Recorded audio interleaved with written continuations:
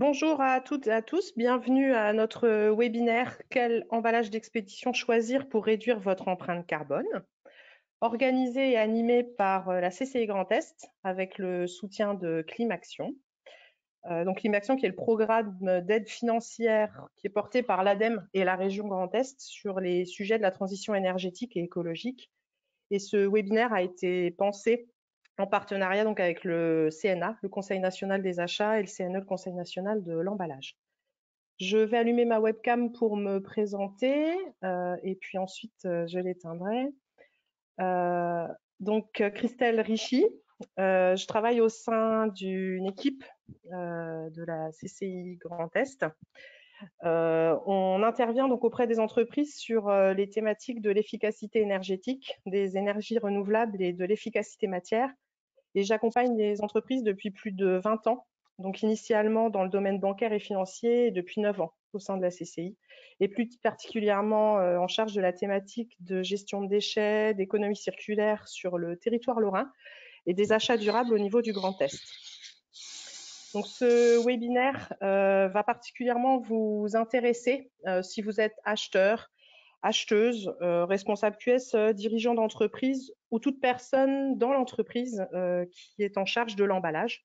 Donc aussi bien du point de vue de la commande d'emballage d'expédition pour votre propre entreprise, tout comme influenceur des emballages de vos propres fournisseurs, le cas échéant, et puis vous souhaitez travailler sur votre empreinte carbone. Donc le rôle des emballages est primordial, hein, on le sait, notamment en termes de sécurité. Cependant, les emballages d'expédition, qu'on appelle aussi emballages tertiaires, génèrent une part importante de déchets dans les entreprises, donc que ce soit au sein de vos entreprises, tout comme chez vos clients. Donc vous allez découvrir comment concilier emballage d'expédition et réduction de votre empreinte carbone à l'aide de regards opérationnels d'experts, de témoignages d'une acheteuse et des pitchs d'offreurs de solutions. Vous allez pouvoir favoriser le passage à l'acte dans vos entreprises. Pour des raisons donc logistiques, vos micros sont coupés, mais vous pouvez interagir et poser des questions tout au long du webinaire par l'intermédiaire du chat que vous avez en haut à droite. Un temps de questions-réponses est dédié à la fin du webinaire et si toutefois nous n'avions pas assez de temps pour pouvoir y répondre, nous reviendrons vers vous à l'issue du webinaire pour vous renseigner, pour vous accompagner et faire le lien avec les personnes à qui vous auriez voulu poser des questions et avec lesquelles vous n'auriez pas eu le temps d'échanger.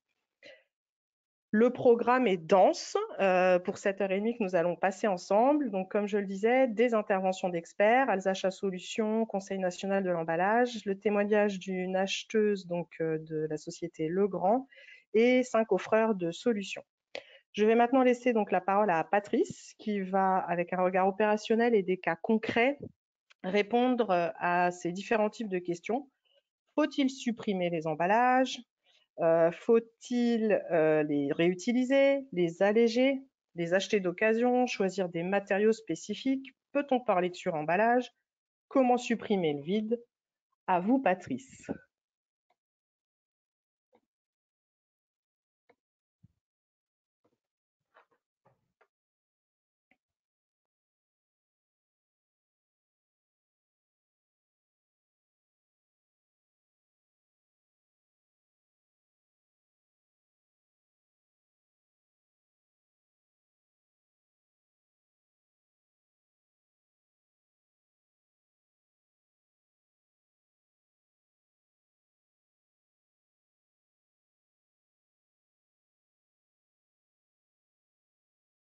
Patrice, on voit bien votre fond d'écran. Voilà, impeccable.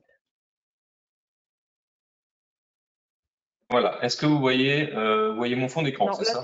Oui, le fond d'écran, oui, tout à fait. Ouais. Et non la présentation. Voilà. Est-ce que vous voyez la présentation? C'est bon? C'est tout bon. Oui, oui, oui, tout à fait. C'est tout bon? Ok, parfait. Oui, merci. Ok. Tout d'abord, bonjour à l'ensemble des professionnels présents à ce webinaire. Merci à ce grand nombre de participants que je trouve une fois de plus sur un sujet qui est quand même très intéressant et qui intéresse beaucoup de monde en finalité. Merci également à Christelle et à la CCI d'avoir eu l'envie d'initier ce sujet sur l'emballage durable et de m'y avoir convié. Alors, je suis heureux de pouvoir échanger sur ce sujet qui est assez passionnant à mes yeux en l'occurrence et à tous ceux qui sont là autour ce webinaire. Alors très rapidement, il ne faut pas perdre de temps car ce sujet est très vaste. Je vais me présenter, je m'appelle Patrice Bernard, mon parcours et mes sensibilités professionnelles. Je vous laisserai les découvrir sur mon site qui s'appelle alsacha.fr, bien évidemment après ce webinaire, s'il vous plaît. Ça c'est juste que je suis un professionnel des achats et de l'intralogistique, que je suis un vrai passionné des optimisations, orienté DD, orienté aussi TCO, donc le coût total que je prends en considération toujours dans mes approches. Mon parcours depuis une vingtaine d'années m'a permis aujourd'hui de traiter de très gros dossiers orientés sur ces segments de l'emballage et de l'automatisation sur des modes projets. Au fil du temps, j'ai affûté cette démarche et je l'ai vraiment orienté vers le make or buy pour ceux qui connaissent au niveau des acheteurs, le realizing to cost aussi, et bien évidemment, je viens intégrer les deux piliers qui sont le développement durable et l'économie circulaire, qui sont devenus aujourd'hui mes bases de réflexion quand je traite un dossier. Ce sont devenus des prérequis à étudier avant de valider un choix. À mon sens, c'est important de les intégrer directement en amont. Mon terrain de jeu idéal, donc, vous l'avez compris, c'est l'intralogistique dans sa globalité et l'automatisation des fins de ligne de production. Parce que, et là, j'en parlerai un peu plus tard, ma vision est que l'intralogistique démarre à la sortie du produit fini, donc sur machine, jusqu'au client final. Et dans ce process, on retrouve un item important qui est l'emballage. Il est très souvent au cœur des problématiques en logistique, car sa qualité va avoir des conséquences sur la satisfaction du client, sur la rentabilité et bien évidemment sur l'empreinte carbone.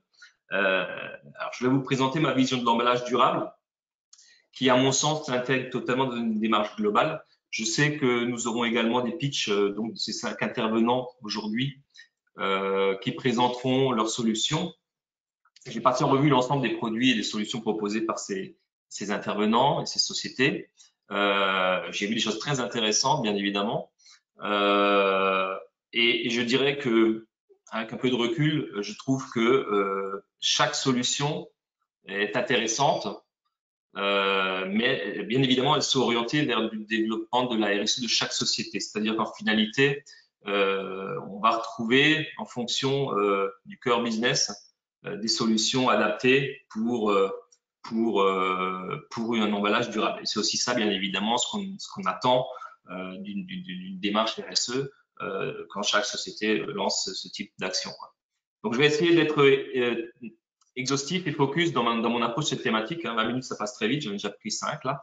Et je suis sûr qu'à l'issue de cette presse, nous n'aurons sans doute pas répondu à l'ensemble des questions sur ce sujet parce qu'il y aura beaucoup de questions qui vont être soulevées. L'objectif est surtout pas de vous faire un cours sur la durabilité, mais plutôt de vous faire part d'une vision parmi d'autres qui, pour moi, consiste à garder à l'esprit que l'emballage durable se définit aussi et surtout autour de sa société et de ses clients finaux. Et là aussi, les clients finaux, j'y reviendrai un petit peu plus tard parce que je pense que c'est un critère qu'il faut surtout pas omettre.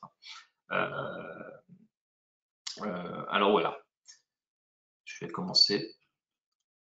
Alors, j'ai décomposé en 3 pavés, donc 3 items sur cette presse. Le premier point, c'est pour moi la position de l'emballage durable dans une entreprise. Je l'ai déjà un peu introduit.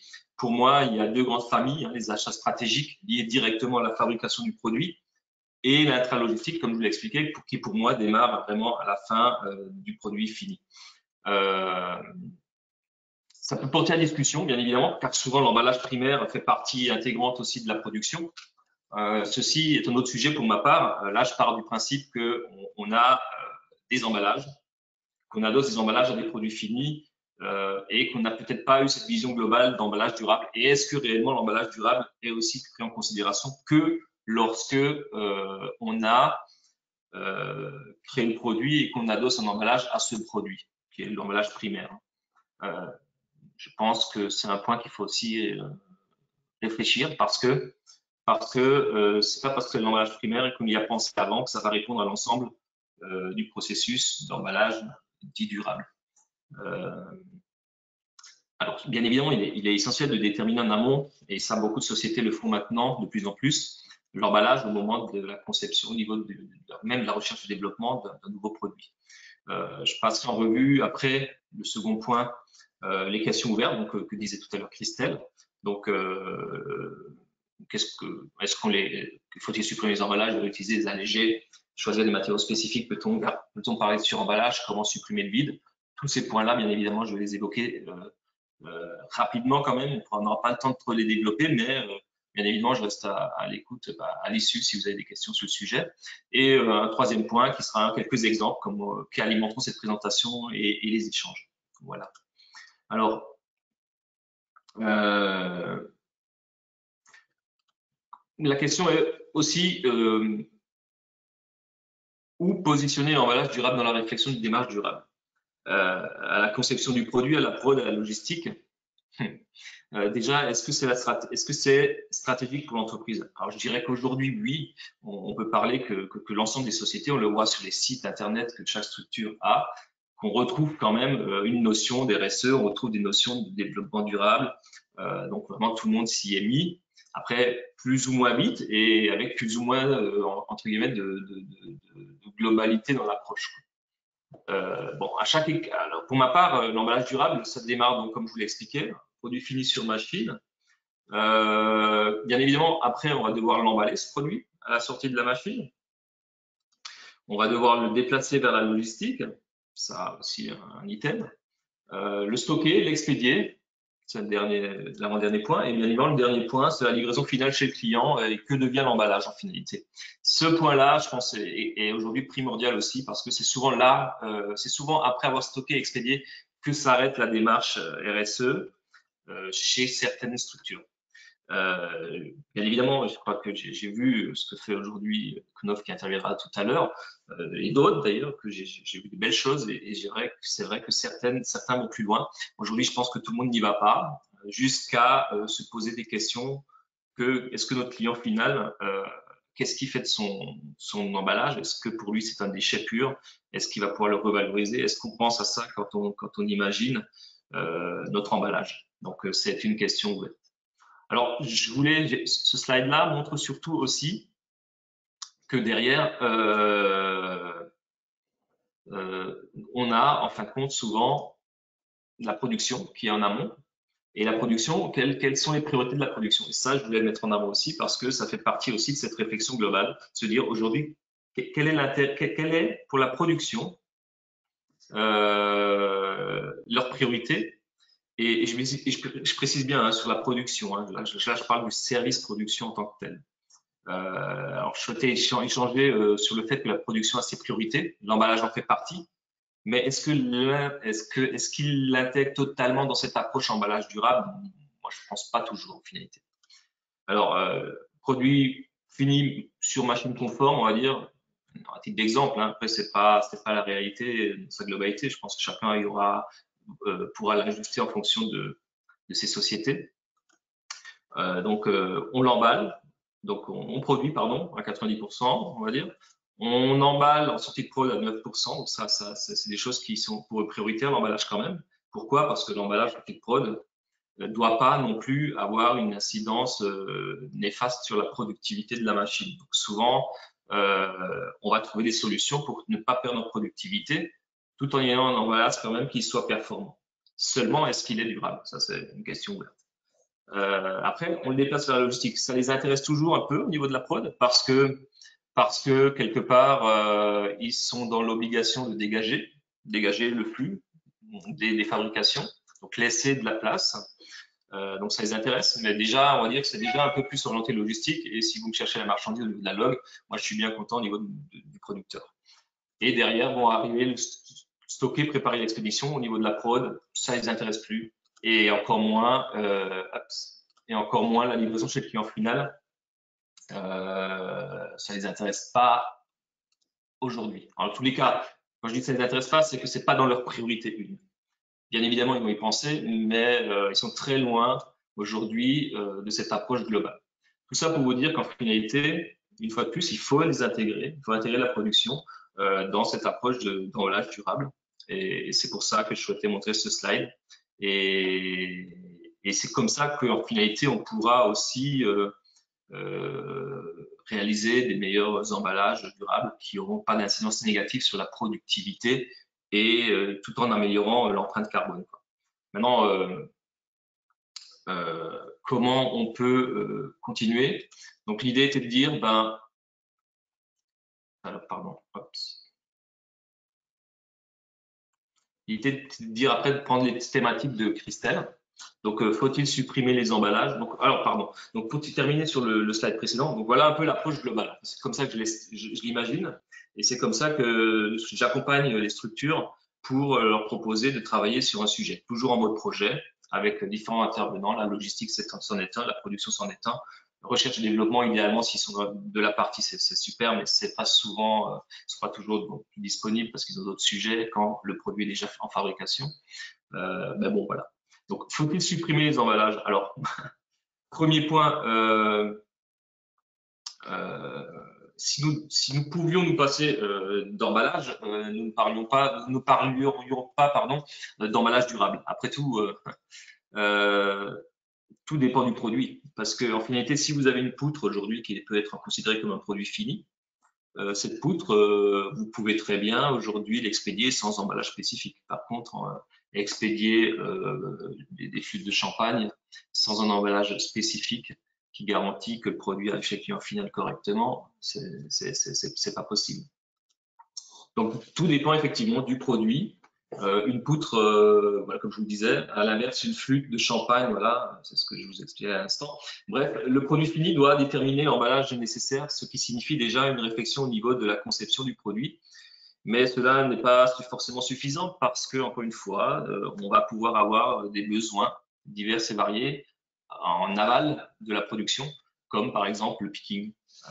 Et là, on arrivera sur d'autres sujets que je vais évoquer rapidement aussi, un peu plus loin. Alors, faut-il les réutiliser, les acheter d'occasion? Alors, j'ai envie de dire sur ce point-là, moi, je suis plutôt d'avis qu'il faut faire un mix des deux. Pourquoi? Parce que, en fin de compte, les réutiliser, oui, si on peut, on a tout intérêt à le faire. Les acheter d'occasion, oui aussi, je suis assez pour.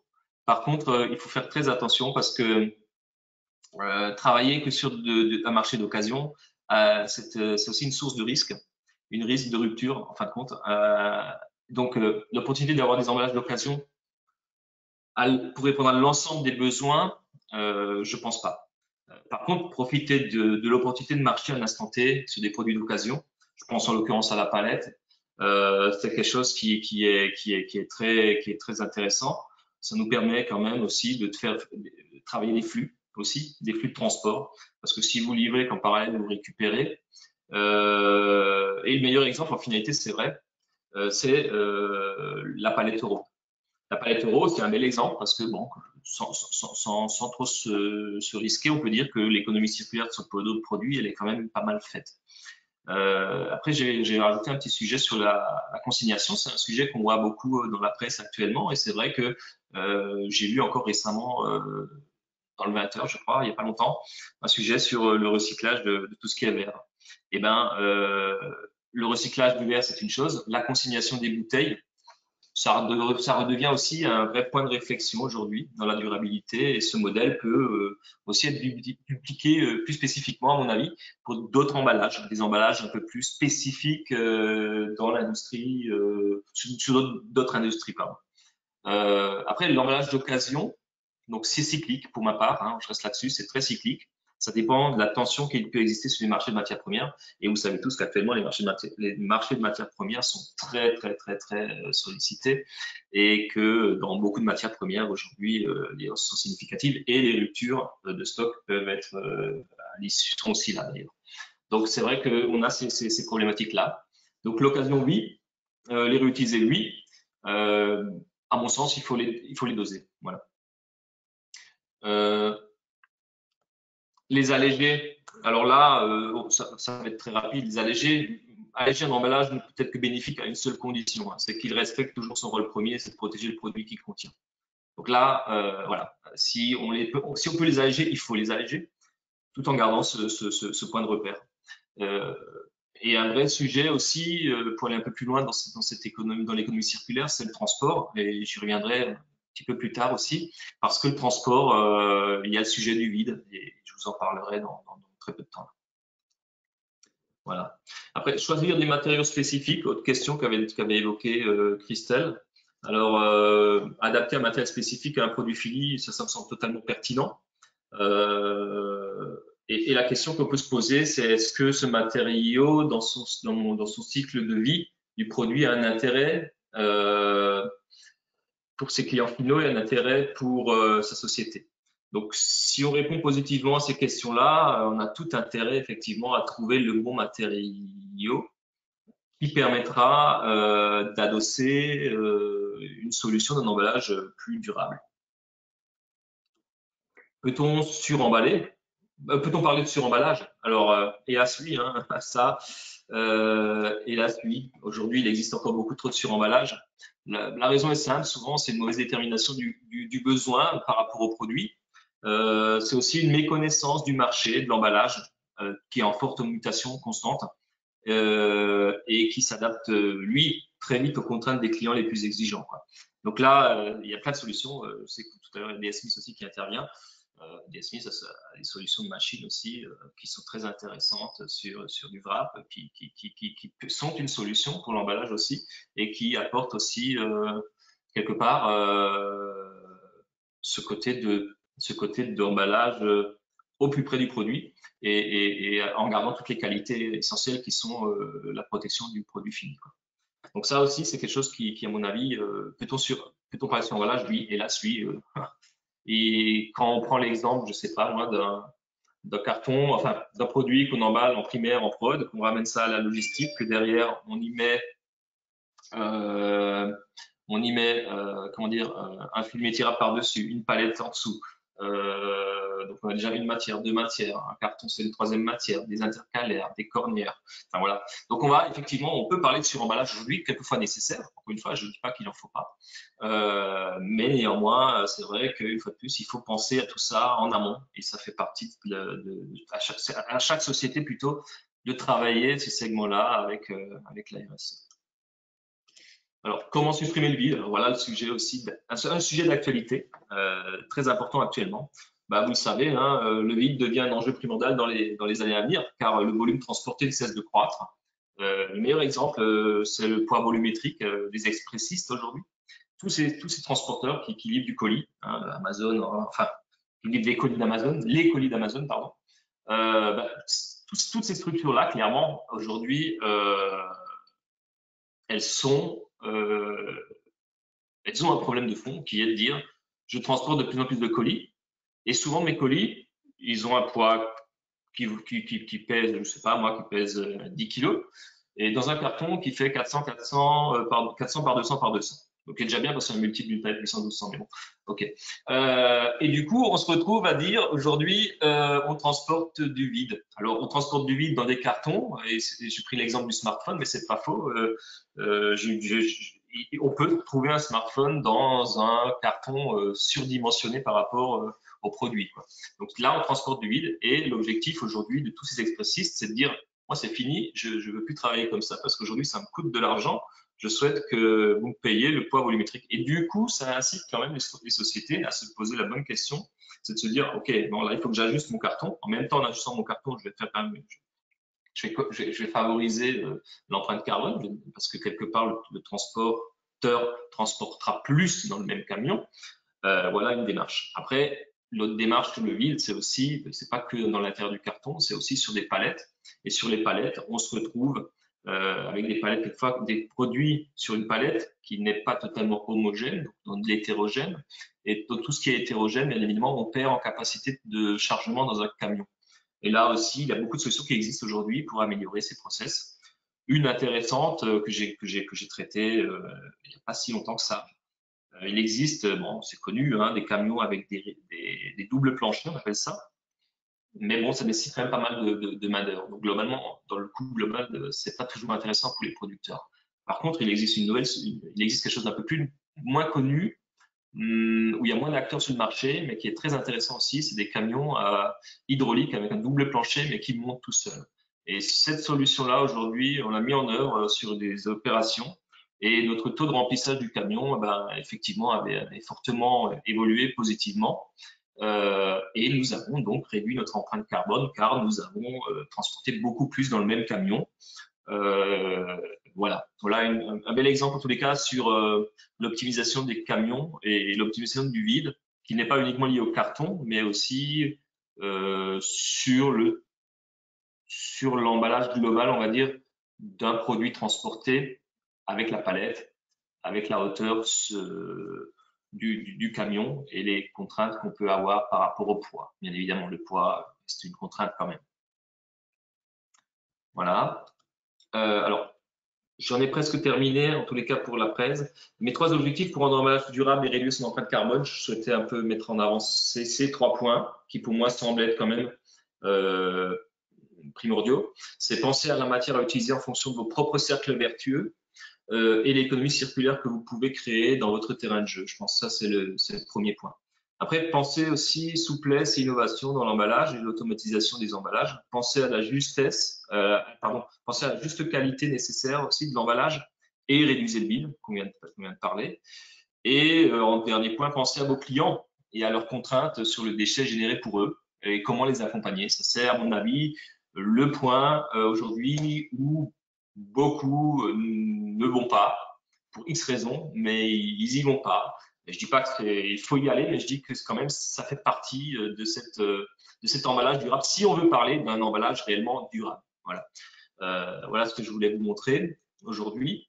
Et donc le cœur de ces 3 critères nous amène vers un emballage durable, respectueux de l'environnement, bien évidemment, positionné économiquement et performant qualitativement.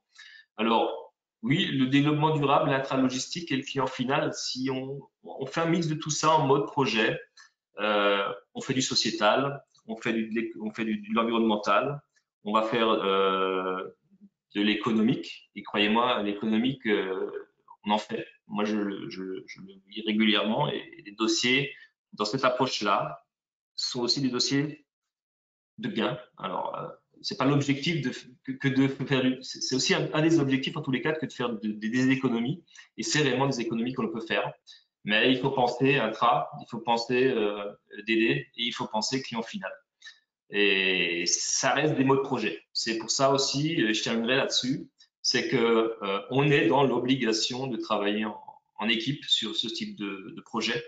C'est pas en pensant juste sur un emballage simple que l'on va faire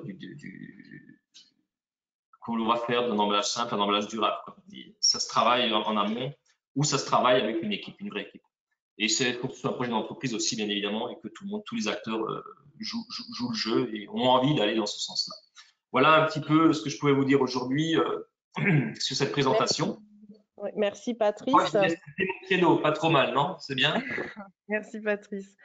Je vais passer la parole maintenant à Bruno Siri, qui est délégué national du Conseil, national du Conseil national de l'emballage, et qui va faire un focus, lui, sur les allégations environnementales pour vous aider à détecter ou à connaître en tout cas le vrai du faux dans les communications que vous pouvez avoir auprès de vos fournisseurs d'emballage.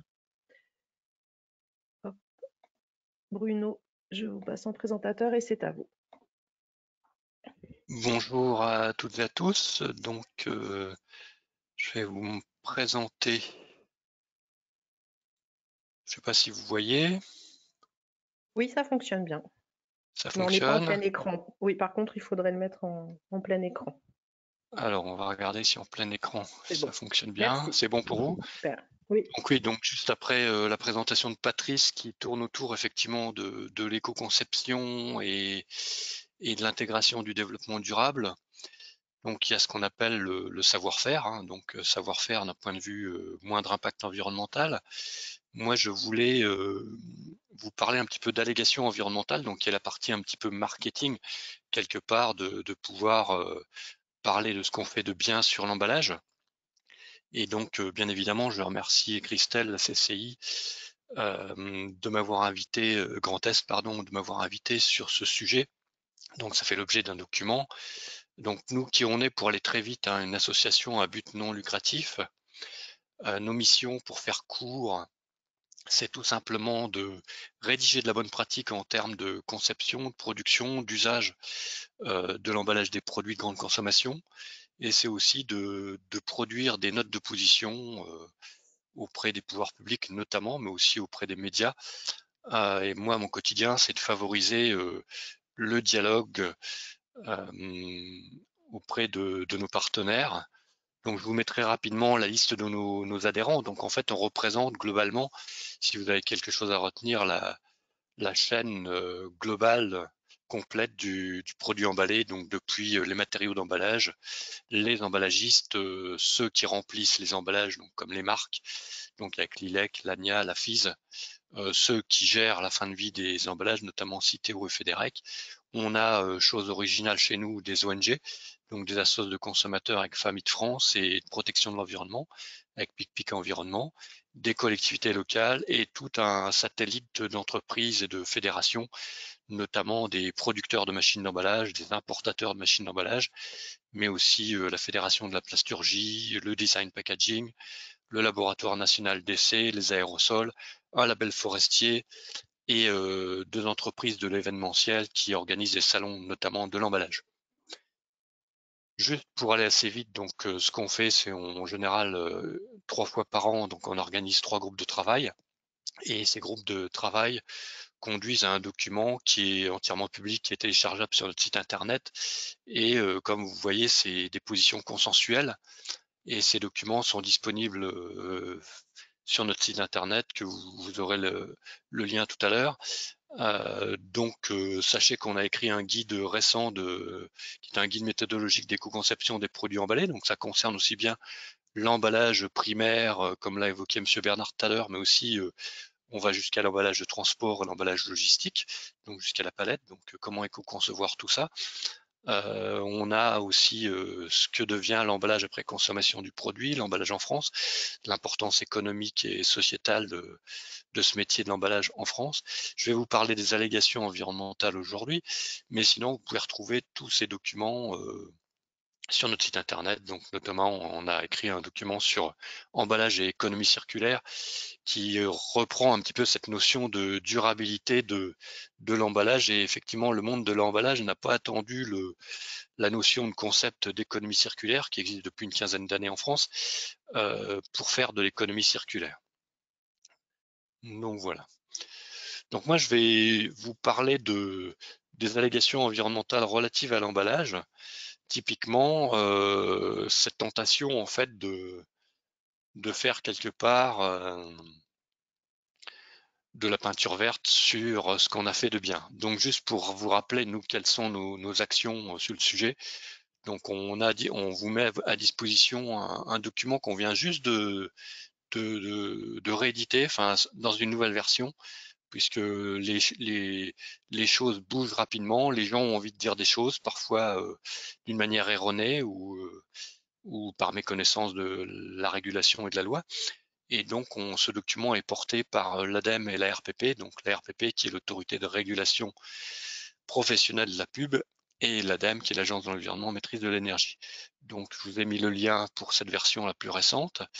Vous aurez certainement la présentation via Christelle, sans problème. Et depuis 2013, depuis qu'on a écrit la première version de ce document, on a créé un comité expert allégation environnementale qui est capable de vous aider dans votre communication sur votre emballage et de donner des avis. Donc voilà, donc en gros une définition déjà, c'est quoi une allégation environnementale? Bon, c'est une expression d'ordre qualitative ou quantitative qui permet de mettre en avant la qualité d'un produit au regard de la protection de l'environnement et de son moindre impact sur l'environnement.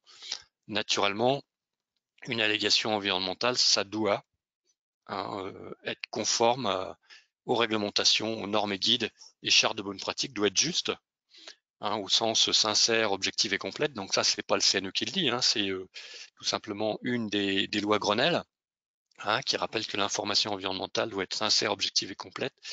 Il faut qu'elle soit compréhensible par le consommateur et il faut qu'elle soit pertinente, cohérente et proportionnée.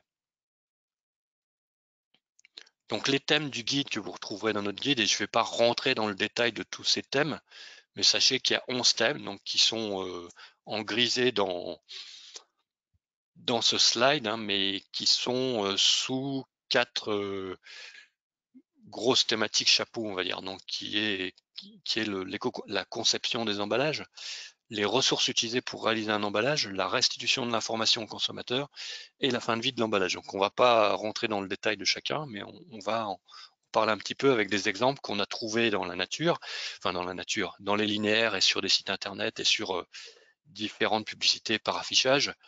Mais auparavant, je vais vous parler un petit peu de réglementation et sans que ça soit trop rébarbatif et dans le temps qui m'est imparti, je vais juste, vous pourrez retrouver ça dans les slides assez facilement. Sachez qu'il existe des règles qui sont assez fortes, hein, notamment ce que je vous ai mis en gras, donc la directive européenne relative aux pratiques commerciales déloyales. Là, pour le coup, on peut aller vers du pénal et d'autres directives européennes, notamment sur emballage, déchets d'emballage, c'est la directive 94/62 CE. Pour la France, bien évidemment, on a le code de la consommation et dans le code de la consommation, il y a la notion de tromperie au consommateur. Donc là aussi, c'est du pénal, hein, donc ça peut coûter très cher. Bien évidemment, les allégations environnementales ne sont pas toutes mauvaises, mais pour celles qui sont mauvaises, elles peuvent être du ressort du pénal, mais elles peuvent être du ressort pas forcément pénal.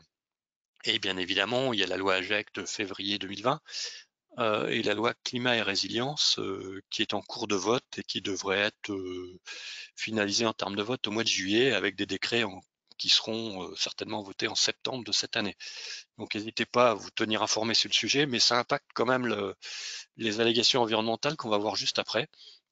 Et pour les autres pays, vous avez Federal Trade of Commerce, donc qui est la partie 260 qui est un guide en fait, hein, sur les allégations environnementales. Donc n'hésitez pas aussi à aller voir ce qui s'y dit. Voilà, sinon vous avez des référentiels et des guides de bonnes pratiques. Là, on est plutôt dans ce qu'on appelle de la soft law, hein, donc des choses qui ont été signées par vos entreprises, par vos directeurs généraux. Donc notamment quelque chose d'important, hein, notamment dans les grands groupes, c'est souvent oublié, mais c'est le chapitre 9 du code ICC. Donc ICC, c'est International Chamber of Commerce. Donc là, c'est les pratiques publicitaires et communication commerciale. Donc c'est un chapitre 9 qui est important à connaître, hein. C'est des pratiques déontologiques et qui peuvent servir de distorsion de concurrence quand vous annoncez des choses sur votre emballage qui sont pas forcément pertinentes par rapport à un autre pays. Et donc après en Europe, vous avez ce qu'il y a décrit là, et d'autres pays sur les Green Claim Guidance, donc du DEFRA, donc UK. En France, c'est pareil, donc vous avez des codes de déontologie, donc bien évidemment vous avez notre guide méthodologique, hein, qui n'a rien de réglementaire, mais qui s'appuie quand même sur des règles et qui donne des guidelines. Vous avez le guide anti-greenwashing de l'ADEME, donc on est bien positionné sur ces sujets-là. On a les recommandations du développement durable dans sa version 3 de la RPP, et on a un guide pratique des allégations environnementales, donc qui ne touche pas qu'à l'emballage, hein, qui touche aussi, je sais pas moi, à l'automobile et à d'autres sujets, donc du ministère de l'écologie et du Conseil national de la consommation, qui est en cours de révision d'ailleurs et qui devrait faire l'objet qui date de 2014, qui devrait être révisé pour fin 2021. Donc soyez au courant sur le sujet que ça existe, et là aussi il donne des indications sur la terminologie des mots utilisés. Donc juste quelques illustrations, et pour essayer d'expliquer les slides, donc j'ai pris une espèce de feu vert, feu orange, feu rouge. Quand c'est rouge, c'est tout simplement qu'on peut pas faire. Quand c'est orange, je vous expliquerai ce que ça veut dire. Et quand c'est vert, c'est que c'est plutôt bien exprimé. Voilà, j'espère que c'est assez clair pour vous. Donc voilà, je commence par les expressions globalisantes. J'espère que vous voyez bien l'animation. Donc typiquement, on a en 2017 un emballage X, qui est un de nos adhérents d'ailleurs, hein, qui se déclarait champion du développement durable, donc sur son site internet. Un emballage autre qui ressemble à une brique boisson, qui évoque que c'est la révolution écologique par le fait d'utiliser une brique sur une huile alimentaire, chose qui s'était pas encore vue depuis, 100% écologique. Vous avez un autre exemple sur de l'eau en brique. Hein, de l'eau en boîte, c'est malin, c'est sain. Ça fait du bien à la nature et à la santé. Donc nous, on est juste sur le sujet, ça fait du bien à la nature. Donc voilà, donc ce qu'on appelle des expressions globalisantes, c'est des... Vous retrouverez la norme qui utilise ce sujet-là, hein, notamment la norme ISO 14021, donc c'est une norme mondiale, qui exprime très clairement que ces expressions globalisantes ne sont pas démontrables. Hein, donc vous pouvez pas faire la démonstration que votre emballage X est champion de développement durable ou que votre emballage Y est une révolution écologique. Donc globalement, c'est en rouge tout simplement parce que la norme ISO l'interdit. Donc c'est assez simple à comprendre et à mettre en œuvre dans vos entreprises et au niveau de vos directions marketing. Donc voilà.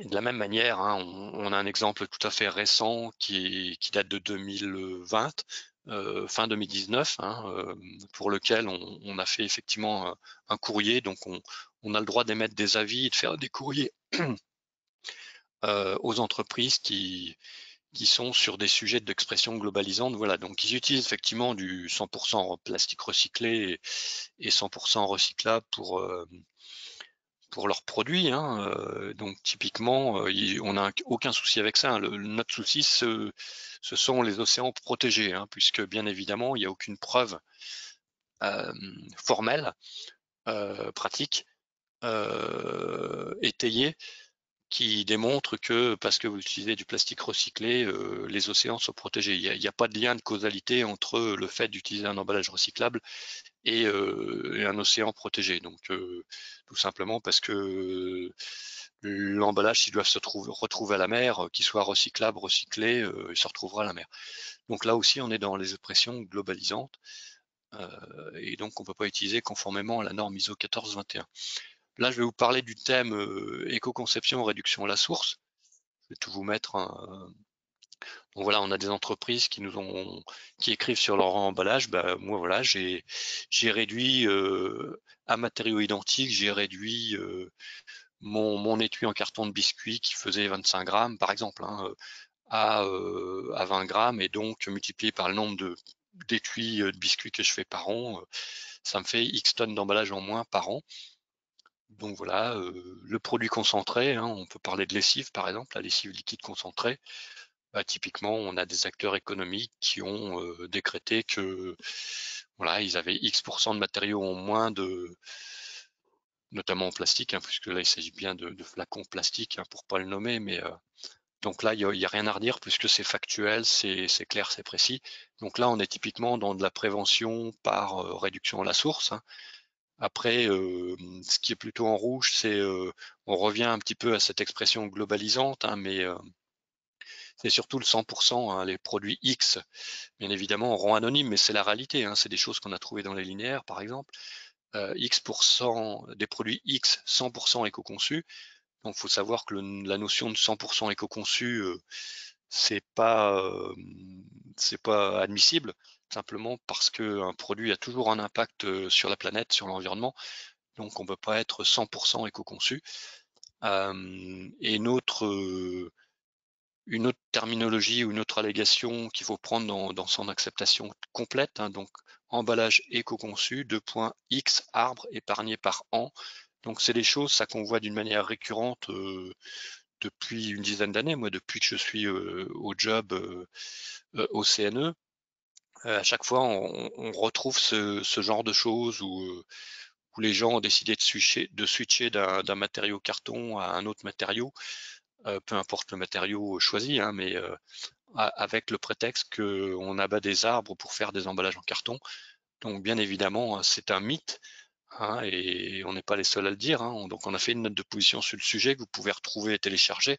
Hein. Il faut juste savoir et retenir que la forêt européenne est en croissance et que l'on n'utilise pas des arbres pour faire des emballages en carton, mais qu'on utilise des bois d'éclaircie. Donc vous pouvez retrouver ça tout simplement dans notre site internet et on se bat là-dessus, hein, et on se bat aussi avec bien évidemment la fédération, le label forestier que vous avez vu tout à l'heure, mais aussi la fédération des emballages en carton et la fédération des emballages en bois qui sont dans notre tour de table en tant qu'adhérents. Voilà, j'ai passer un peu de temps sur le sujet, mais c'est important de casser les mythes. Substitution de matériaux pour un emballage de données. Donc, on a vu aussi apparaître ça récemment, enfin ces 5 dernières années, on va dire, sur l'intérêt de pouvoir dénigrer le petit copain en disant finez le plastique, place au carton, parce que c'est des emballages plus écolos, ou encore plus récemment, des emballages qui switchent, des produits ou des metteurs en marché qui switchent leur emballage en disant no plastique, donc avec un hashtag qui est toujours intéressant en termes de, enfin hashtag, pour les réseaux sociaux. Donc bien évidemment, tout ça, clairement, nous depuis 2012, on a fait une note de position, vous pouvez télécharger, je ne vais pas rentrer dans le détail, hein, mais il faut absolument étayer cette comparaison. Donc déjà, il vaut mieux l'éviter, hein, et typiquement, les comparaisons ou la comparaison aux impacts environnementaux d'emballages fabriqués à partir de matériaux différents, elle date de 2012. On a mis 9 mois à mettre tout le monde d'accord dans notre tour de table pour pouvoir l'écrire. Donc, vous voyez, c'est plutôt un beau bébé. Et quelque part, cette note de position, elle fait référence puisque même les pouvoirs publics l'utilisent. Et donc, en gros, si vous avez envie de comparer des emballages, il faut passer par une analyse de cycle de vie complète du système complet de l'emballage, pas uniquement de l'emballage concerné, mais aussi l'emballage primaire, secondaire et tertiaire, donc le système complet, hein, bien évidemment, parce que quand vous impactez sur un des emballages, peut-être qu'il y a des transferts d'impact qui se font sur les autres emballages, c'est-à-dire que peut-être il faut renforcer la caisse de transport, par exemple, ou mettre moins de cartons sur la palette, par exemple, si vous avez réduit notoirement l'emballage primaire en changeant de matériaux. Et il faut prendre au moins 6 indicateurs d'impact et il faut faire en sorte que ces 6 indicateurs d'impact aillent tous dans le même sens si vous avez envie de dire quelque chose. Sinon, si un seul indicateur d'impact va dans un sens autre que les 5 autres, vous n'avez rien à dire. Origine des ressources. Donc bien évidemment, ce qui est en vert, je ne sais pas pourquoi il y a 2 bullet points, mais il n'y a qu'un seul bullet point, hein, en utilisant un carton certifié FSC. Mais bien évidemment, on peut aussi parler de PEFC, qui est un des labels forestiers qui est chez nous en tant qu'adhérent. La marque X soutient une gestion de la forêt respectant l'homme et la nature. Après, tout ce qui est en rouge, bouteille d'origine végétale, bouteille végétale, vegan bottle, bon, tout ça, on comprend pas ce que ça veut dire. Il vaut mieux parler de la ressource, hein, bouteille réalisée à partir de ressources végétales. Contenu en matière recyclée, donc je ne vais pas aller trop loin, je pense que c'est facile à comprendre pour ce qui est en vert. Et bien évidemment, contient X% de matière recyclée, jusqu'à 50% de matière recyclée. Ça peut induire, ça veut dire qu'on peut en mettre que 2% et l'allégation tient toujours le coup. Donc non, c'est contient au moins X% de matière recyclée et si possible plus de 25% puisque ça commence à avoir du sens. Recyclabilité, donc bouteille recyclable, ça se comprend. Et barquette recyclable pour une barquette en plastique ou 100% recyclable pour un pochon en plastique. Bien évidemment, vous êtes au courant que à partir de 2023, 100% des Français pourront mettre leurs emballages plastiques dans la poubelle jaune, la poubelle de tri, hein, dans laquelle on met déjà le carton et les bouteilles en PET ou les flacons de lessive, etc. Donc, attendons 2023 pour pouvoir faire en sorte que 100% des Français puissent trier dans cette fameuse poubelle jaune. Et d'ailleurs, Citeo va produire une note de position sur cette période transitoire concernant ce sujet. Donc la dégradabilité, emballage biodégradable, on voit ça hein, sur certaines bouteilles, notamment végétales. On a des sacs 100% dégradables et des emballages en matériaux biodégradables. Donc voilà, nous on a fait une note de position début 2019 et en 2020 avec la loi AGEC, on interdit le mot biodégradable dans son article 13. Donc voilà, le mot biodégradable, il faut éviter de l'utiliser. Et vous pourrez aussi lire notre note de position sur ce sujet. Un sujet comme ça en passant, donc les emballages comestibles, hein, là aussi on a fait une note de position hein, au prétexte pour pas avoir à gérer la fin de vie de ces emballages-là, il suffirait de les ingérer. C'est un petit trait d'humour hein, que j'ai fait sur LinkedIn d'ailleurs, si ça vous intéresse, un article complet sur le sujet, mais on a fait une note de position en une page hein, sur le mythe des emballages comestibles, puisque bien évidemment, là c'est ce qu'on appelle la bulle d'eau. Hein, on peut imaginer qu'on mette de l'évian dans cette bulle, sauf que moi j'aurais pas envie de boire ou de gober cette bulle puisqu'elle a été touchée par 2 doigts de quelqu'un dont je ne connais pas, et surtout qu'en période de pandémie, si quelqu'un a fait atchoum dessus, donc vous imaginez bien, ou a éternué dessus plutôt, vous imaginez bien qu'il va falloir les emballer à nouveau. Donc l'emballage de sphère, ça oblige à avoir des emballages avec beaucoup de vide. Voilà, donc on est à votre disposition bien évidemment en tant que CNE pour donner des avis, mais aussi pour vous rappeler les règles, et donc on peut aussi faire des courriers sur des choses existantes dans les linéaires. Et on est à votre disposition. Donc je ne sais pas si je suis dans le timing, Christelle, mais voilà. Impeccable. Merci Bruno.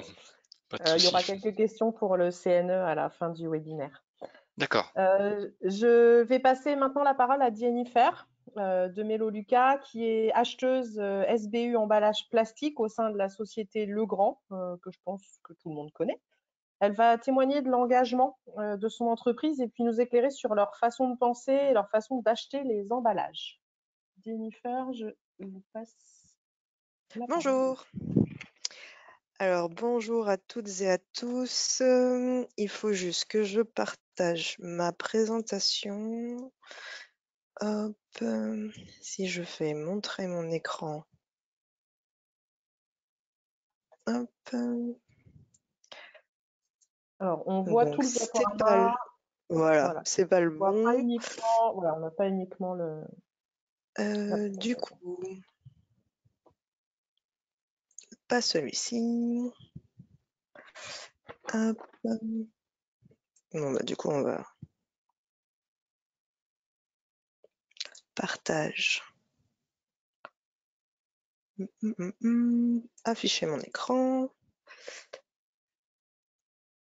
Celui-ci, nickel. Normalement, tout est OK. Très bien. Donc, bonjour. Bon, je vais juste mettre la caméra au début de manière à ce que vous puissiez avoir un visage sur le nom. Je suis Jennifer de Mélo Lucas, Société Legrand, et donc je vais vous faire une petite approche de comment acheter les emballages de manière responsable chez Legrand. Donc, tout d'abord, je souhaite remercier Christelle Richy et Pierre Roby et bien sûr la CCI Grand Est pour nous avoir invités et permis donc de pouvoir témoigner au sein de ce webinaire. Alors, brièvement, je vais vous présenter donc le groupe Legrand. Donc, nous sommes le spécialiste des infrastructures électriques et numériques du bâtiment. Nous avons en 2020 un chiffre d'affaires de 6,1 milliards d'euros.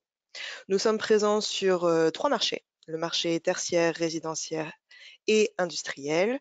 Nous sommes basés donc à Limoges, c'est-à-dire le siège social est à Limoges, et nous sommes environ à peu près 39 000 collaborateurs à travers le monde, implantés dans près de 90 pays, et nos produits sont distribués dans près de 180 pays.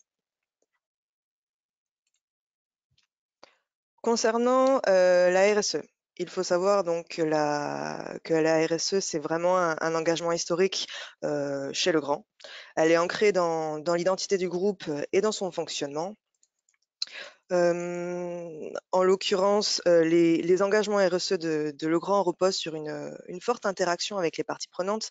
Elles sont régulièrement sondées via des enquêtes de matérialité qui permettent forcément d'identifier les attentes et ensuite définir les enjeux les plus pertinents auxquels Legrand se doit d'apporter une réponse. Donc, c'est basé sur 3 piliers. Le business écosystème, donc tout au long de la chaîne de valeur, Legrand entend répondre aux attentes des parties prenantes et de ses activités, de ses fournisseurs et également ses utilisateurs et partenaires, de manière à rentrer dans une logique de progrès pour tous et en totale conformité avec les règles d'éthique du groupe. La seconde partie va être la partie people. Donc, partout dans le monde, le groupe Legrand s'engage pour tous ses collaborateurs et les communautés dans le plus grand respect des droits humains, de la diversité, de la sécurité, du bien-être, de la santé et des talents de chacun. Et le troisième volet, donc c'est le troisième volet environnemental. La responsabilité de Legrand est de limiter les impacts environnementaux de ses activités et d'être un acteur de référence dans l'avènement d'une société bas carbone. Plus concrètement, actuellement, donc au sein de Legrand, fin 2020, nous avons un taux moyen de réalisation des objectifs RSE à hauteur de 128%. Concernant la réalisation des objectifs achats responsables fin 2020, on est à 161%. Nous souhaitons assurer que nos achats sont bien responsables. Actuellement, donc, pour l'aspect people et également business écosystème, plus de 13 000 collaborateurs Legrand sont formés à l'éthique des affaires en 2 ans. C'est vraiment un point d'honneur et c'est vraiment un des objectifs que Legrand souhaite mettre en place auprès des collaborateurs. Et concernant donc l'aspect people notamment, nous avons donc moins 30% sur le taux de fréquence des accidents du travail depuis 2018. La RSE de Legrand contribue activement aux objectifs du développement durable tels qu'ils ont été définis par l'ONU en 2015.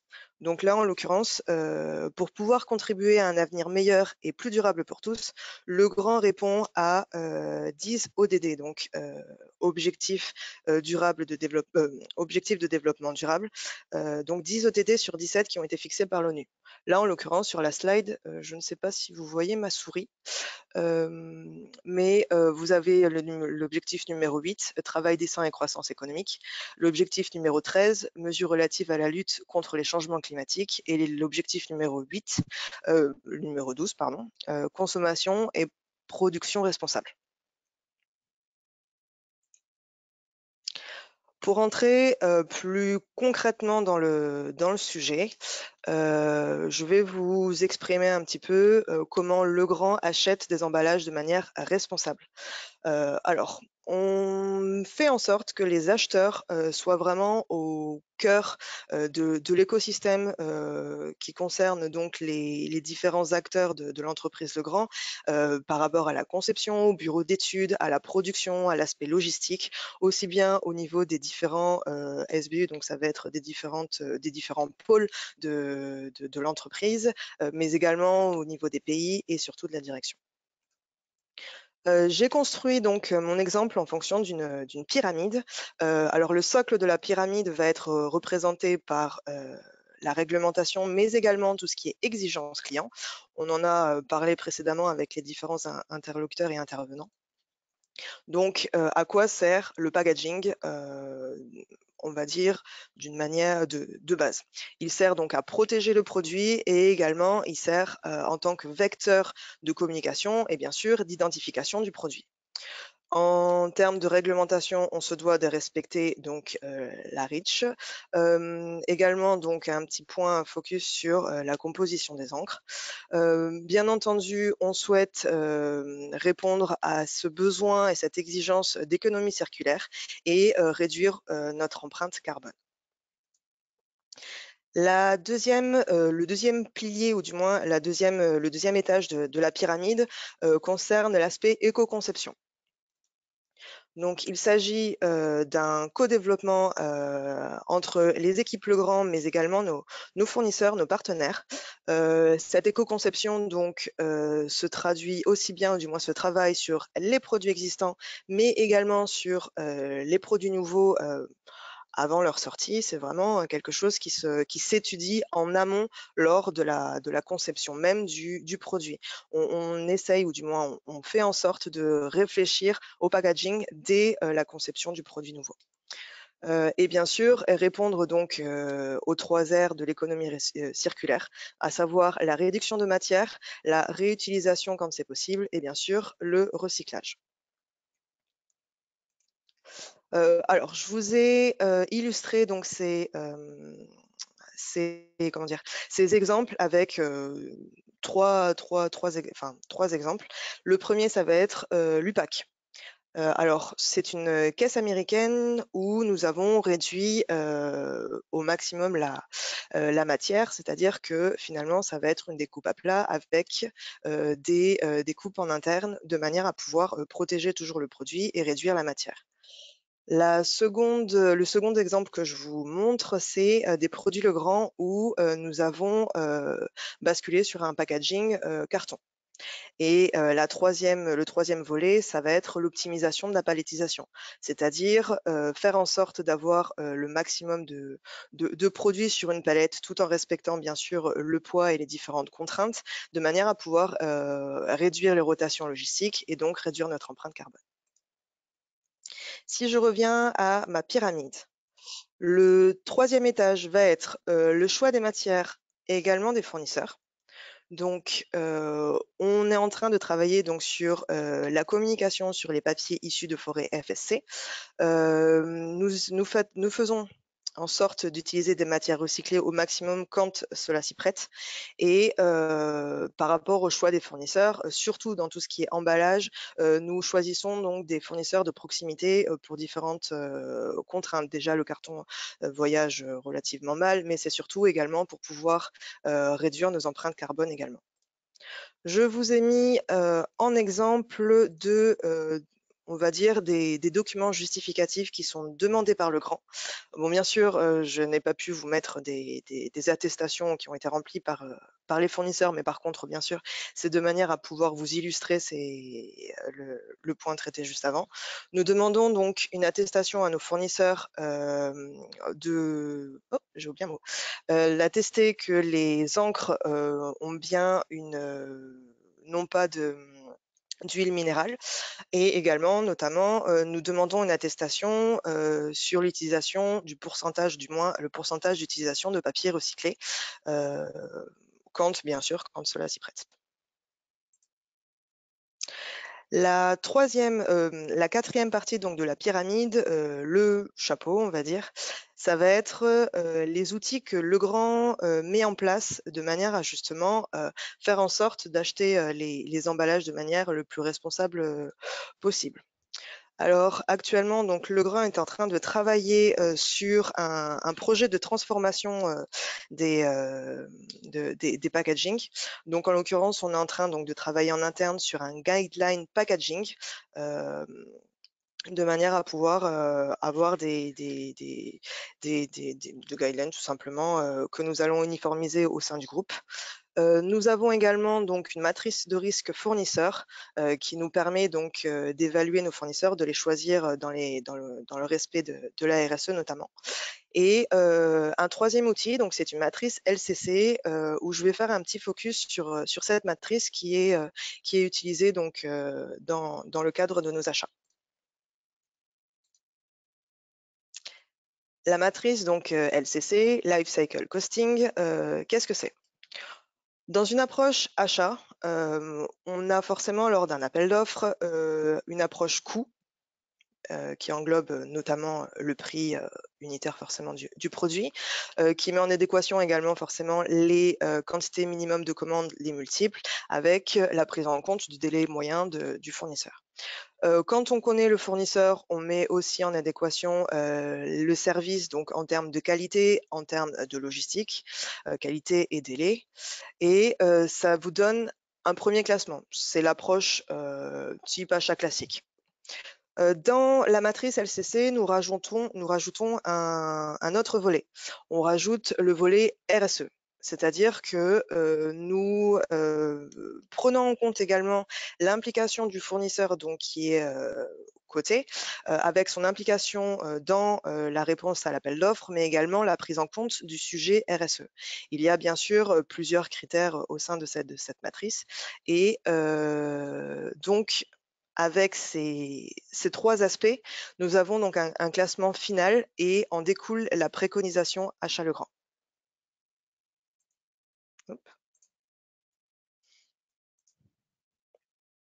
C'est bon pour moi. Je ne sais pas si après, bon, j'imagine qu'après vous allez avoir des questions. Oui, voilà, on posera toutes les questions à la fin. Merci Jennifer. Maintenant, on va passer donc aux 5 entreprises qui vont vous présenter des offres d'emballage qu'on pourrait qualifier donc de durables, de circulaires. Ils vous expliqueront, eux, leurs différents types de qualifications. Alors, ils ont seulement 5 minutes chacun pour vous expliquer leur concept et leur offre. Il y a monsieur donc Patruno de chez Corplex qui s'excuse qu'il y a un empêchement de dernière minute, donc je pitcherai pour lui en tout dernier. Je vais donc déjà passer la parole à Caroline d'Adren, ainsi que vous mettre en présentatrice. Voilà, pour que vous puissiez partager votre document. Alors, bonjour tout le monde. Je ne sais pas si je suis déjà... donc, je suis Caroline Josset, je suis la gérante d'Adren. Et donc, je vais vous parler, je vais vous partager mon écran. Et pour être dans le thème de quel emballage choisir pour des expéditions durables, j'ai choisi de vous parler du particulat. Donc, j'ai déjà partagé mon écran. Il faut juste que je trouve le...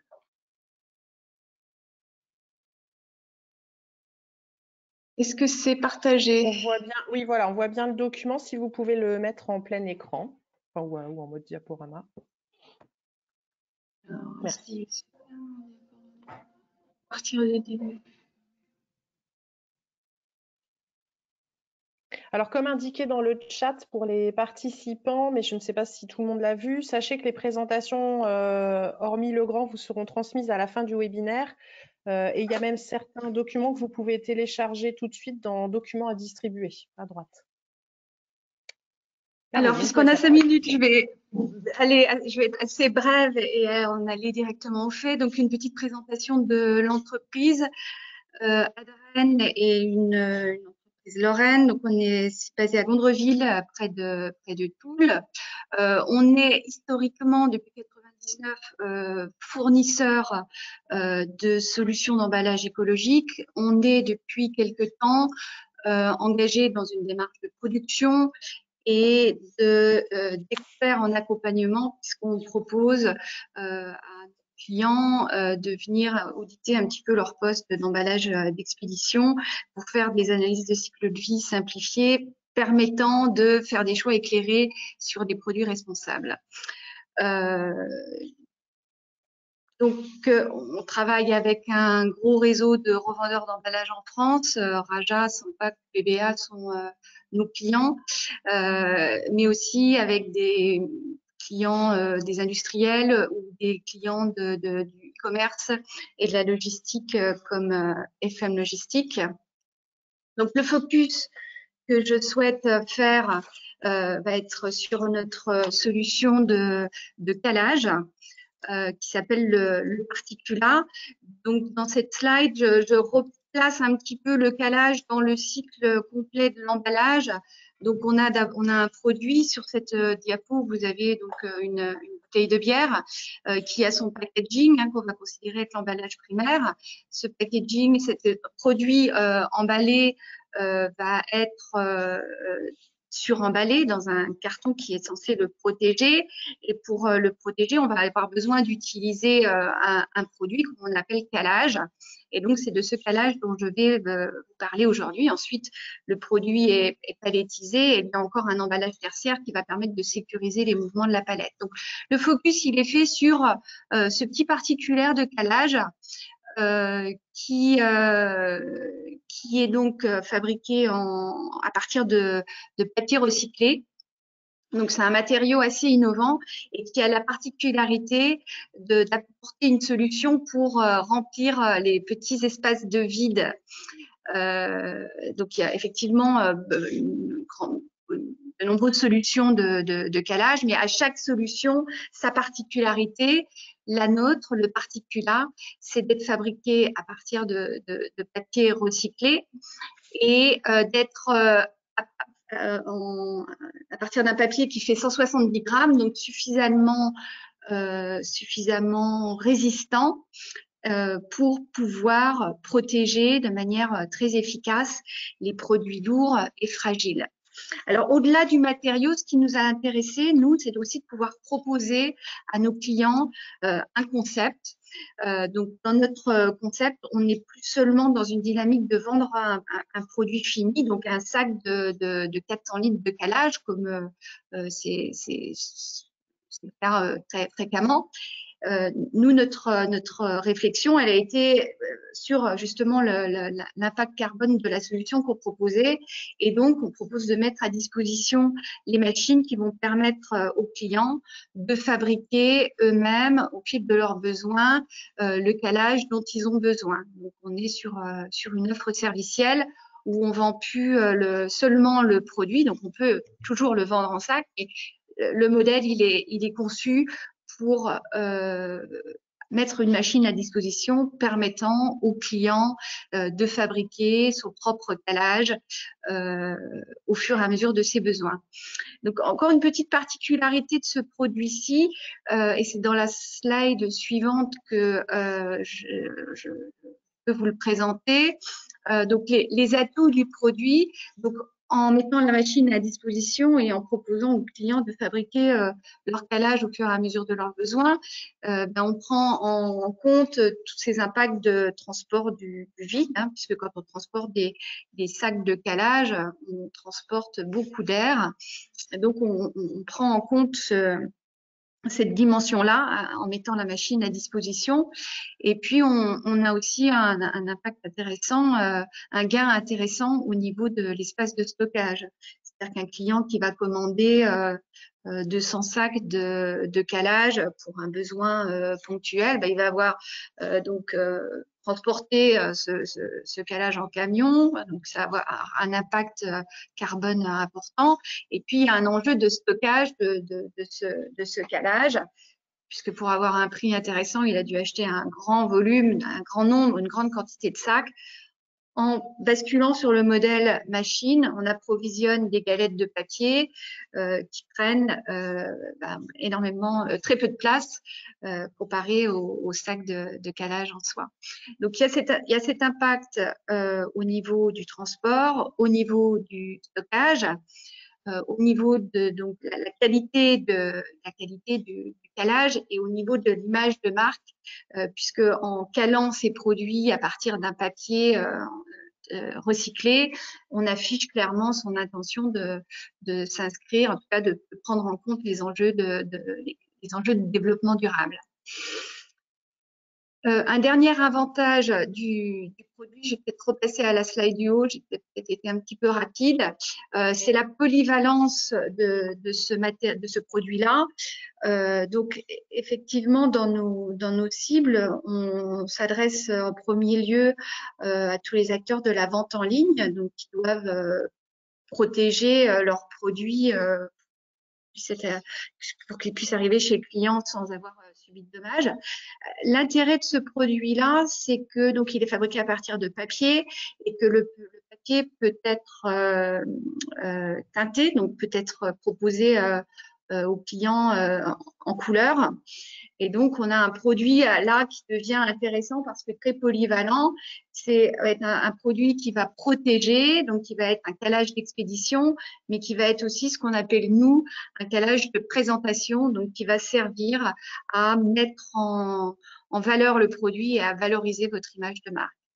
Donc, avec le Particular, on propose vraiment une solution qui est dédiée au remplissage des petits espaces de vide. Sa petite forme en popote va permettre de de caler les produits une fois que les cartons, la taille du carton aura déjà été travaillée pour être la plus juste possible. Donc, il reste encore ces petits espaces de vide à combler et donc le Particular va permettre d'apporter une solution pour ces cas de figure-là. Voilà. Merci. Donc, Adren, j'ai fait le focus, hein, mais évidemment, Adren, c'est tout un catalogue de solutions innovantes. Donc, évidemment, je vous invite à aller découvrir sur notre site Internet les différentes solutions qu'on peut proposer pour le calage et la manutention de vos produits. Je vous remercie. Merci Caroline. Je vais passer la parole à Bulle d'air, donc du groupe Knof. François, je vous passe la présentation et la parole. Hop.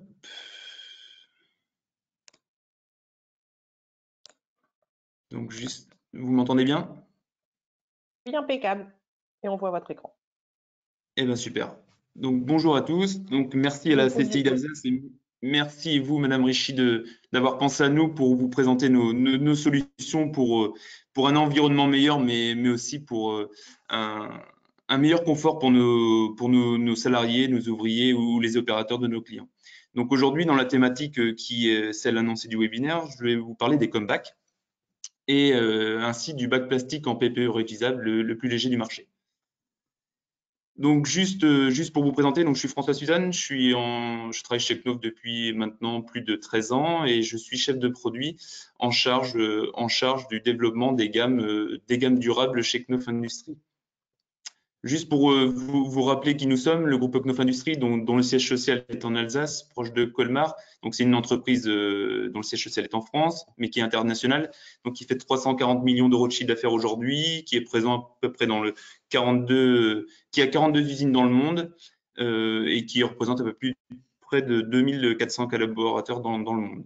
Aujourd'hui, je suis en charge d'une marque particulière. C'est pour ça qu'aujourd'hui, on parle de Bulder. Donc, Bulder, c'est une marque qui a été créée par Knauf Industries, plus particulièrement pour le marché sur lequel je travaille, qui représente toutes les matières à faible empreinte carbone, réutilisables et 100% recyclables qui permettent d'apporter des solutions à nos clients et aussi à l'environnement. C'est une marque ambassadrice du groupe Knauf dont on fait la promotion en France, mais pas que. Dans ces produits à faible empreinte carbone et recyclables, réutilisables, en fait, on fait la promotion d'une gamme particulière. Donc, c'est la gamme Easy Move. La gamme Easy Move, c'est la gamme du gorille. Donc, le gorille, en fait, qui représente la force et qui est soulevé par un ballon pour montrer la légèreté. Donc, c'est pour montrer la performance de nos solutions qui sont légères, mais performantes et surtout réutilisables et résistantes dans le temps. Donc, notre objectif aujourd'hui, et c'est notre objectif et mon objectif, c'est de devenir des experts en fait dans le conseil et dans la manutention légère. Aujourd'hui, cette gamme Easy Move en fait a été à la base le fruit d'un travail de recherche.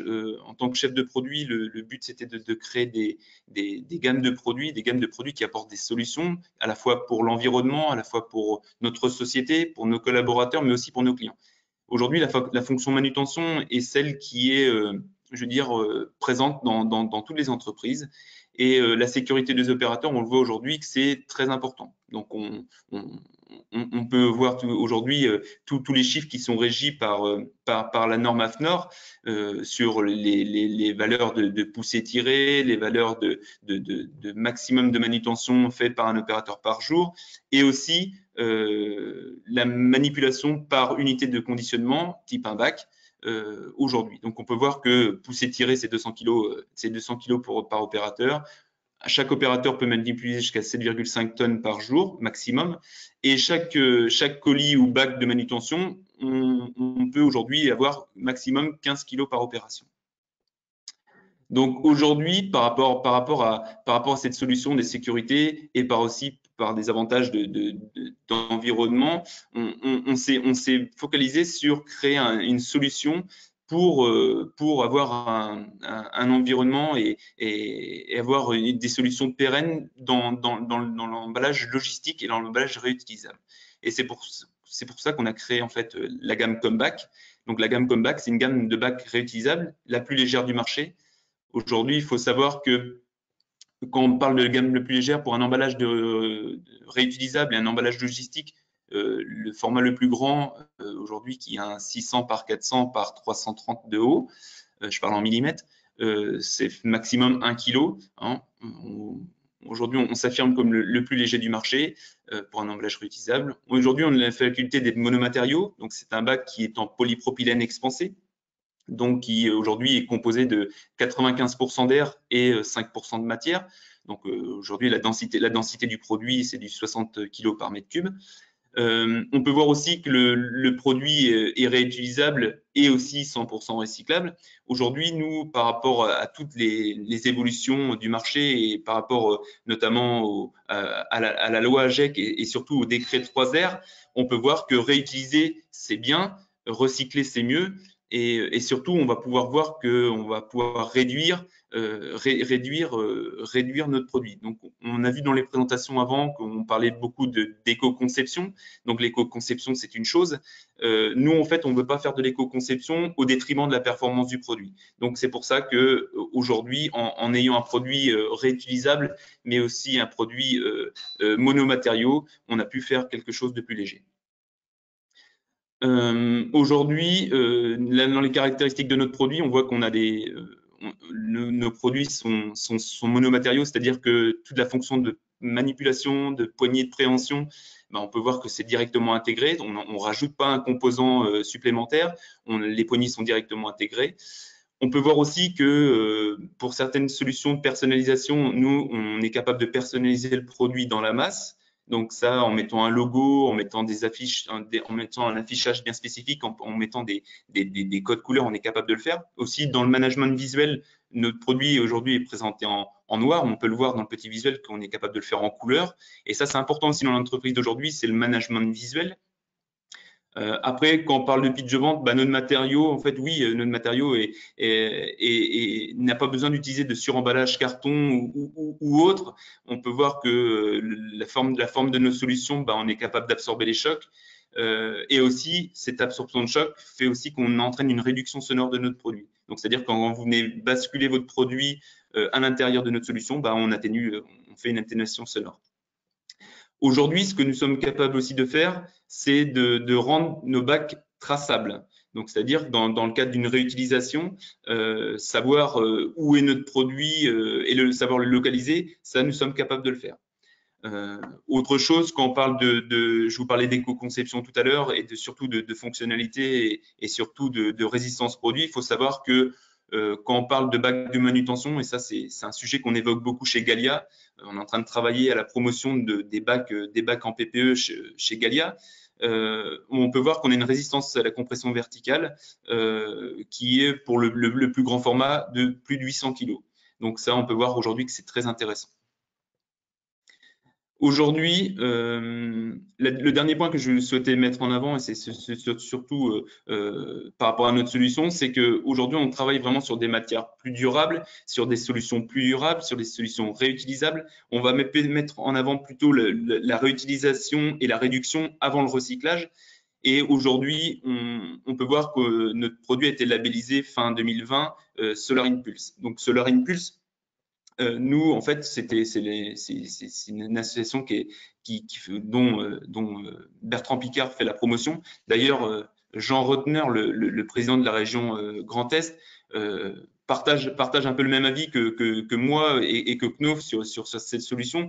Et nous sommes persuadés qu'en fait, que rapprocher écologie et économie, c'est possible. Et c'est ce que nous avons fait avec Comeback. Donc, on a soumis un dossier auprès de Solar Impulse où on a présenté nos solutions et un groupe d'experts a pu approfondir nos solutions tant bien écologiques, tant bien pour l'homme, l'environnement et aussi pour l'écologie. Et on peut voir que la solution Comeback fait partie aujourd'hui des 1000 solutions pour changer le monde. Merci François. Je ne sais pas si vous aviez terminé parce que là on dépasse vraiment le temps. D'accord, ok. Je vous laisse terminer. Pour les participants, je pense qu'on dépassera la demi, mais bon, tant pis, c'est intéressant. Désolé. Et juste pour vous montrer d'un point de vue concret, aujourd'hui, quand on parle de bacs plus légers, aujourd'hui, on fait 62% de gains par rapport au poids, par rapport à une solution en injection plastique. Donc, on parle bien de bac plastique léger en polypropylène expansé par rapport à un bac PP injecté. Voilà, on fait 60% de gains. Et si on parle d'émissions de CO2 réduites, voilà ce que nous sommes capables de faire. C'est qu'aujourd'hui, notre solution, les rapports montrent qu'on fait un gain en poids de 62% et on fait un gain sur les émissions de CO2 de 45% sur un bac. Et aujourd'hui, si on le produit avec notre matière, avec 25% de matière recyclée, on peut voir qu'on passe à 62% d'émissions de CO2 gagnées. Donc ça, c'était important de vous le montrer et aussi de vous le partager. Après, si certaines personnes veulent des solutions complémentaires, on est à disposition. Moi, je tiens à vous remercier et désolé pour avoir dépassé le temps, mais juste pour conclure, on est plus favorable à un emballage durable et réutilisable par rapport à une diminution des déchets. On favorise la réutilisation par rapport au recyclage, le recyclage c'est bien de la fin de vie. Et puis si vous le souhaitez, je vous invite à suivre nos hashtags sur LinkedIn, Comeback, DemoDGS et EasyMove. Merci à tous pour votre attention. Merci François. Je vais passer maintenant la parole à DS Smith, à Armand, et puis le mettre en tant que présentateur. Voilà.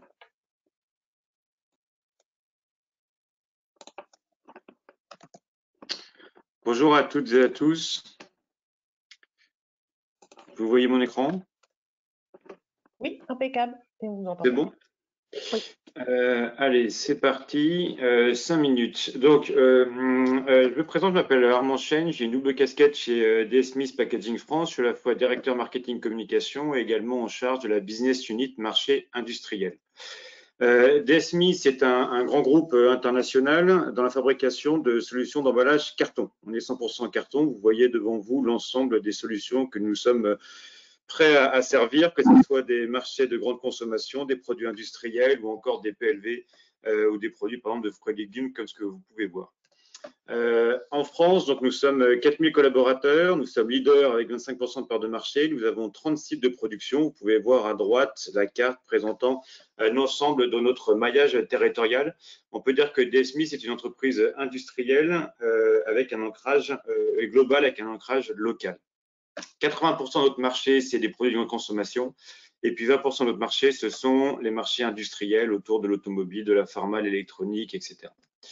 On va parler maintenant des enjeux de l'emballage carton et la réduction de l'empreinte carbone. Alors, on a parlé de vide. Je vous invite à aller sur le blog de DS Smith où il y a tout un livre blanc qui a été sorti sur la mesure du vide dans les emballages. Dans les flux maritimes entrants, au niveau mondial, on a à peu près 24% de vide dans l'ensemble des flux maritimes, notamment venant d'Asie vers l'Europe. Ça représente quand même à peu près 120 millions de tonnes de CO2. 120 millions de tonnes de CO2, pour vous donner à peu près un comparatif, c'est l'ensemble de l'empreinte carbone de la Belgique au niveau annuel. Voilà, donc voilà ce que ça représente, ce vide dans les emballages en flux maritime. On a parlé de vide dans le e-commerce. Le vide dans le e-commerce, on a calculé à 43% de vide dans les flux e-commerce. Donc, bien sûr, il y a une réflexion à mener sur cette gestion du vide, notamment pour réduire cette empreinte carbone. Ça passe par quoi? On va pas revenir dessus. On a parlé beaucoup d'éco-conception. Ce qu'on s'est rendu compte dans l'étude que je vous invite vraiment à lire, c'est qu'en fait, il y a une prise de conscience qui est insuffisante de la part de l'ensemble des dirigeants sur la nécessité de la réduction du vide dès le départ. Et donc, si on arrive trop tard dans la solution d'emballage, notamment carton, dans la conception d'un produit, forcément, on n'arrive pas à résoudre ces problématiques de vide. Également, nous accompagnons un certain nombre d'acteurs grâce à des logiciels sur comment mieux optimiser la supply chain, comment mieux optimiser le vide dans notamment les containers. Et pour ce faire, nous mettons à disposition un certain nombre de solutions comme des packaging connectés qui permettent de suivre l'ensemble de la supply chain du client, de la fabrication du produit jusqu'à l'arrivée au client final. Également, quand on parle de réduction de l'empreinte carbone, il y a une logique de substitution de matériaux lourds à des matériaux un peu plus légers. Donc, c'est ces solutions de passer du bois, de passer du métal, de passer du plastique métal à du carton qui est nettement plus léger. Et on va prendre deux exemples. Le premier exemple, c'est par exemple la palette bois qui pourrait passer en palette carton. Une palette bois standard, elle est de 23 kg. La palette carton peut mener à 3,5 kg. À Isopalette, à Isotrajet, des analyses de Fred 21 et de l'ADEME ont montré que l'impact en termes de CO2 pour passage de palette bois à palette carton, on serait à tour de -2 à -4% de gain de CO2 sur la partie transport. Une autre évidemment solution que vous pouvez voir, c'est tout ce qui est la réutilisation d'un certain nombre d'emballages carton. Vous voyez à gauche un octabin industriel. Si on veut renforcer ou travailler le taux de rotation, et c'est ce que nous faisons avec nos clients au quotidien, il faut mieux comprendre les contraintes supply chain que subissent ces emballages au cours de leur supply chain. Travailler ensuite le design, travailler également, pourquoi pas, le type et le grammage papier pour augmenter le taux de rotation. Je vous prends un exemple d'un client, on avait un taux de rotation de 5. En travaillant et en construisant avec lui, on a pu passer à un taux de rotation qui était plutôt autour de 6 ou de 7 de ce même type d'emballage.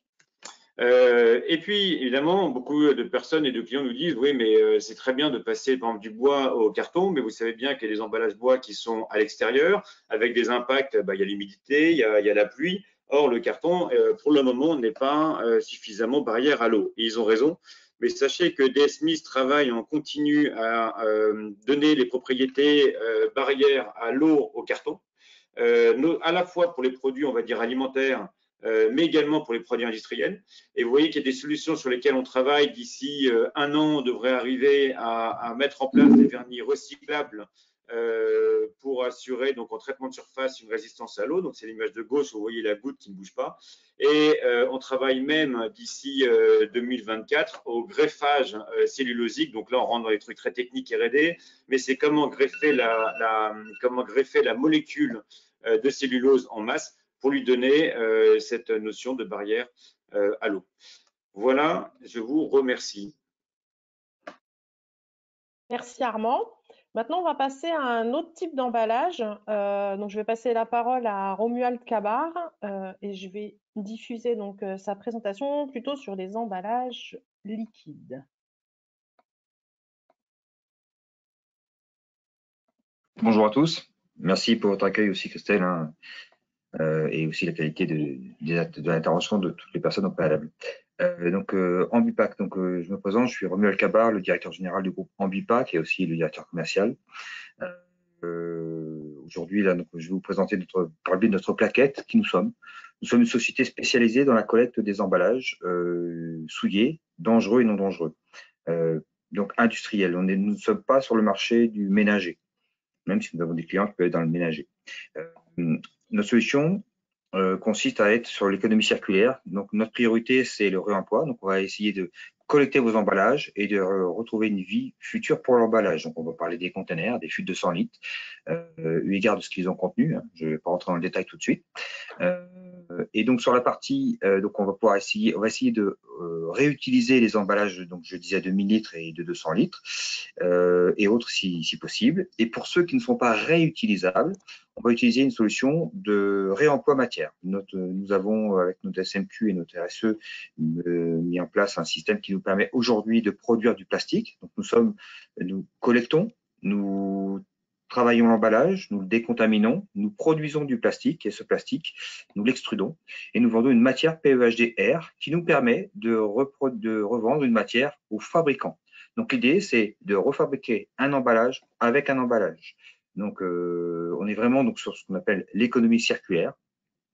Voilà, excusez-moi. Voilà, donc on est vraiment sur l'économie circulaire où on a comme client, on peut avoir ce qu'on appelle le producteur au titre du code de l'environnement, hein, c'est celui qui émet l'emballage sur le marché.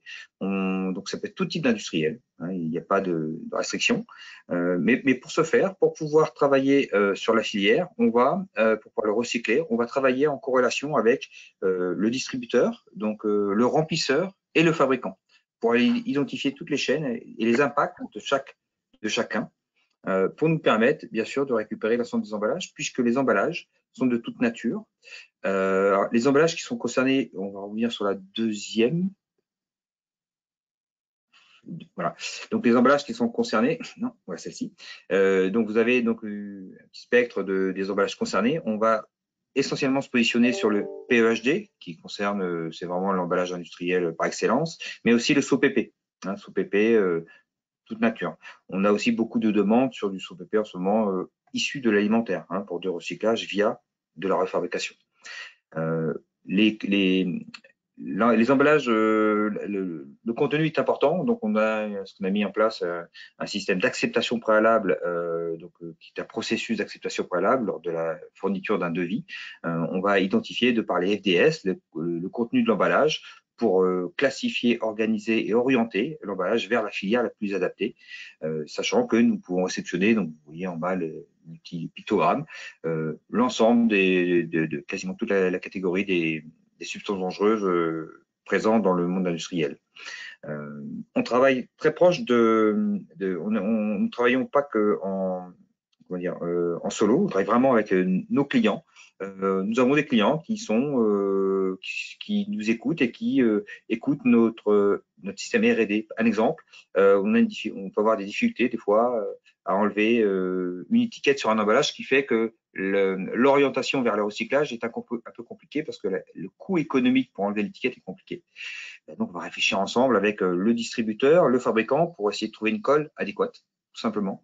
Et à partir du moment où on a trouvé une colle, parce qu'il faut savoir que entre le déchet ménager et l'emballage industriel, la colle qui colle l'étiquette sur l'emballage n'est pas la même. Elle est un peu plus compliquée à sortir, elle est un peu plus compliquée à faire, comment dire, à être neutralisée dans le processus. Donc voilà, donc ça c'est un exemple. Nous sommes capables d'intervenir au préalable donc dans l'éco-conception, dans le cadre du container, puisque nous manipulons des containers, donc ce qu'on appelle des containers, des GRV, des IBC, en grande quantité. Ces containers font l'objet donc soit de réemploi, donc dans le cadre de l'ADR, on rénové par lavage, mais on observe des points de faiblesse sur les emballages récurrents. Donc ça nous permet de remonter les informations aux fabricants pour travailler sur l'éco-conception, faire en sorte que la circularité de l'emballage soit bien assurée. Voilà, donc nous pouvons répondre sur une offre nationale. Nous avons aujourd'hui, la plaquette indique 4 sites, mais on évolue beaucoup, on grandit vite. Nous avons 5 sites actuellement en opérationnel. Le 5e est à Nantes actuellement, un à Tours, un dans la région toulousaine sur Grouillé, un sur la région lyonnaise et un autre sur la région strasbourgeoise. Et le 6e est en cours de création sur la région du Nord. D'autres sont en cours, parce que nous avons beaucoup de demandes et de partenariats en cours qui fait que nous allons pouvoir nous implanter localement. Pourquoi? Nous souhaitons être au plus proche des producteurs et donc des bassins industriels, puisque ce qui est dans la chaîne de valeur, ce qui est un coût, c'est le transport. Tout a un coût, mais le transport est vraiment rédhibitoire. Donc, il faut qu'on soit au plus proche. Donc, nous restons agiles en mettant des installations classées pour l'environnement. Nous n'avons que des usines ICPE qui s'implantent au plus près des bassins industriels. Donc, notre programme de développement, aujourd'hui, nous avons 6 unités. Sur les 3 ans, il est de 10 unités supplémentaires pour pouvoir répondre à l'ensemble des producteurs à coût identique, parce que c'est le coût de transport qui peut faire varier. Donc, nous avons aussi un réseau commercial. Donc, alors, je le précise maintenant parce que si vous allez sur Internet, vous n'allez plus trouver notre site. On a eu un petit souci informatique, un petit souci Internet. Donc, notre adresse email, ce sont les mêmes que vous pouvez retrouver, sauf qu'il faut c'est .com au lieu de .fr. Donc, la plaquette qui est à votre disposition, vous avez toutes les coordonnées dessus pour nous joindre. Mais il faut bien ajouter .com à la fin. On a eu ce petit souci il y a une petite semaine. Voilà. Donc, nous avons un réseau commercial. Donc, dans la région strasbourgeoise, c'est Laurence Clavier qui sera votre contact, ou moi-même si vous avez besoin. Donc, on peut être contacté à tout moment, comme vous le souhaitez, librement. On souhaite développer notre activité commerciale. Nous avons mis un peu de temps à se faire connaître. C'était une raison simple, c'est que nous voulions que notre économie circulaire soit fiable et efficace. Donc, nous avons travaillé un petit peu dans l'ombre. Donc, aujourd'hui, ça y est, nous intégrons nos plastiques chez les fabricants. Nous sommes en capacité de fabriquer d'aider à la fabrication d'emballages UN et non UN sur des emballages industriels qu'on appelle plus particulièrement les DEIC, déchets d'emballages industriels et commerciaux. Donc, maintenant, nous sommes prêts à réceptionner des emballages et c'est pour ça que notre programme de développement est en cours pour avoir plusieurs sites. Nous avons beaucoup de demandes actuellement et nous sommes très contents. Ça veut dire que nous sommes sur la bonne lignée. Merci Romuald, je suis désolée, je vous coupe, on dépasse beaucoup. Non, mais je comprends, il faut respecter le temps. Donc, voilà. Désolée, ouais. J'ai encore donc une solution à vous présenter. Donc c'est Corplex qui n'a pas pu être présent, mais je vais vous partager leurs produits. Voilà, donc Corplex, c'est un fabricant mondial de plastique réutilisable avec des solutions pour l'économie circulaire. Ils ont un site de production qui est basé en Alsace. Et là, donc, on va faire un focus sur leurs conteneurs consignés, repliables, réutilisables pour les besoins donc, logistiques des entreprises. C'est une alternative et ou un complément donc, aux solutions carton qui existent déjà. C'est un conteneur qui est 100% recyclable et Corplex a mis en place aussi un process de collecte de ces emballages utilisés. Il est réutilisable jusqu'à 1800 fois. Ils prennent peu de place quand ils ne sont pas utilisés puisqu'on peut les plier. Et donc, comme je vous l'avais indiqué, vous pouvez télécharger la plaquette dans l'onglet des documents à distribuer à droite de votre écran, sachant que donc à la fin du webinaire, on vous remettra toutes les présentations des participants et vous aurez aussi les coordonnées des différents intervenants. Donc, que vous soyez utilisateur d'emballage ou fabricant, sachez également qu'il y a des aides financières actuellement qui existent. Hop, je vais vous les présenter. Voilà, il y a des aides financières qui existent donc auprès de l'ADEME par rapport à leur dispositif d'aide au réemploi, à la réduction et substitution des emballages et des contenants. Ça fonctionne pour les emballages primaires, secondaires et tertiaires. Donc pour les emballages d'expédition, vous pouvez avoir des aides. Et au niveau, donc ça c'est une aide qui est nationale. Au niveau des aides régionales, par l'intermédiaire de Climaction, il y a également des dispositifs, je ne vais pas m'étendre sur les aides puisqu'on a déjà beaucoup dépassé, mais vous pouvez contacter soit Climaction, soit votre interlocuteur à la CCI pour davantage d'explications. Et de toute façon, voilà, à l'issue du webinaire, je vous renverrai un mail dans lequel il y aura aussi tous les liens par rapport à ces aides.